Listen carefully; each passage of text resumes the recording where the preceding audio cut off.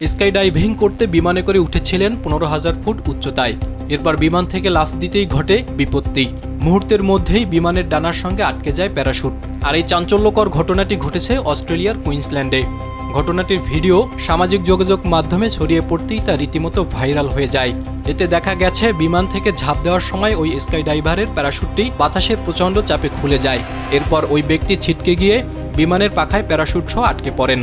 অস্ট্রেলিয়ার পরিবহন নিরাপত্তা ব্যুরো লোমহর্ষক এই ঘটনার ভিডিও প্রকাশ করেছে।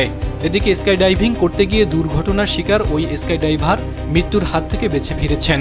বিমানের পাখায় আটকে যাওয়ার পরই ওই ব্যক্তি হুক নাইফ নামের একটি বিশেষ যন্ত্র ব্যবহার করে নিজেকে মুক্ত করতে সক্ষম হয়েছেন এবং নিরাপদে অবতরণ করেছেন।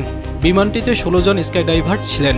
যখন পিয়ন নামের ওই স্কাই ডাইভার পাখার সঙ্গে আটকে যায় তখন বিমানের পাইলট বিমানটি বিধ্বস্ত হওয়ার আশঙ্কা করেন। ফলে সঙ্গে সঙ্গে বিমানের আরেকজন ক্রু অন্য প্যারাশুটারদের নিরাপদে বের হয়ে যেতে বলেন। এ সময় ১৩ জন প্যারাশুটার ঝাঁপিয়ে পড়লেও ২ জন বিমানে থেকে যায়। এক পর্যায়ে বিমানের পাইলট বিমানটি নিরাপদে অবতরণ করাতে সক্ষম হয়। এতে বড় ধরনের দুর্ঘটনার হাত থেকে বেঁচে যায় তারা।